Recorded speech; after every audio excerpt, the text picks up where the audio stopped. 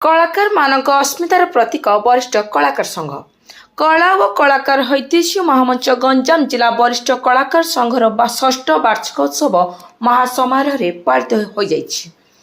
आज महोत्सव द्वितीय दिन एक राज्य स्तरीय बर्नाडी कलाकार शोभायात्रा स्थानीय गांधी नगर छक गांधी प्रतिमूर्ति स्थल बाहरी पुराना बसस्टाण्ड अन्नपूर्णा मार्केट सत्यनारायण मंदिर रोड दे गिरी मार्केट स्थित प्रकाशम हॉल जाइथिले। एथिरे जिला एवं जिला बाहरु अन्यून 60 गोटी कलाकार दल विभिन्न वेशभूषा सज्जित होई नगर परिक्रमा करथिले। कंधमाल जिला संघ कार्यकारी सभापति त्रिनाथ पंडा, सबर पात्र, सनातन गौड़, कलाप्राण कैलाश पाणिग्राही, के कामराजू पात्र, पी शिवप्रसाद राव, ब्रह्मानंद गौड़, महेंद्र कुमार साहू, केशव सिओ, मृत्युंजय त्रिपाठी, नाट्य सूर्य देवेंद्र प्रसाद शर्मा, प्रफुल्ल बेहरा, सुदाम पट्टनायक, भगवान नायक, रामप्रसाद सावत प्रमुख शोभायात्रा नेतृत्व नेथिले। कार्यक्रम शुभ उद्घाटन करथिले नाट्यकार सुरेंद्र कुमार जेना। प्रकाशम हॉल संकर्षण सावत संयोजन क्रमे राज्यर विभिन्न प्रांतर समागत कलाकार माने दलगत नृत्य परिवेषण करथिले। तत्पर संघ सभापति सीमांत नटराज डॉक्टर तिरुपति साहू अध्यक्षतार अनुष्ठित वार्षिक उत्सव सांस्कृतिक सभा को किन्नर महासंघ सभापति सुईट साहू उद्घाटन करथिले।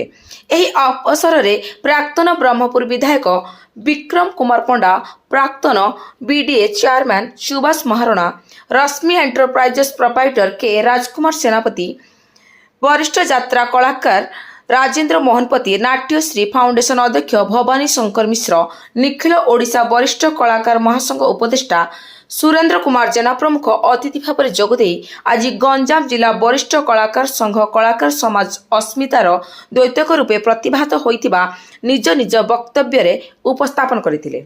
संघ पक्षर वरिष्ठ केन्द्रावादक जी आर्या ओजी, कोटेशु मुखवीणा वादक ई सोमनाथ, वरिष्ठ कलाकार कृष्णचंद्र गौड़ एवं अंतरराष्ट्रीय ख्याति संपन्न लोक कलाविद राजेंद्र प्रसाद पात्र को संबर्धित करा। कार्यक्रम परिचालना क्षेत्र में सर्वश्री अभिराम राउल, प्रदीप कुमार साहू, कुन्नू बेहरा, महेंद्र कुमार साहू, किशोर महारणा, हरिश्चंद्र बरड़, विजय पलेई, बलदेव साहू, चंद्रभानु नायक, पांडव प्रधान, गुरु प्रसाद दीक्षित, अळय जेना, चित्तरंजन दलई, सुरेंद्र प्रधान, संतोष कुमार स्वाई, गीता स्वाई, वंदना महापात्र, छबिराणी महाती प्रभुक सहयोग करथिले। संघ संपादक सुभाष चंद्र साहू रोशन प्रारंभ में स्वागत भाषण और अतिथि परिचय प्रदान करथिबा बेले परिशेष रे आनुष्ठानिक धन्यवाद अर्पण करथिले।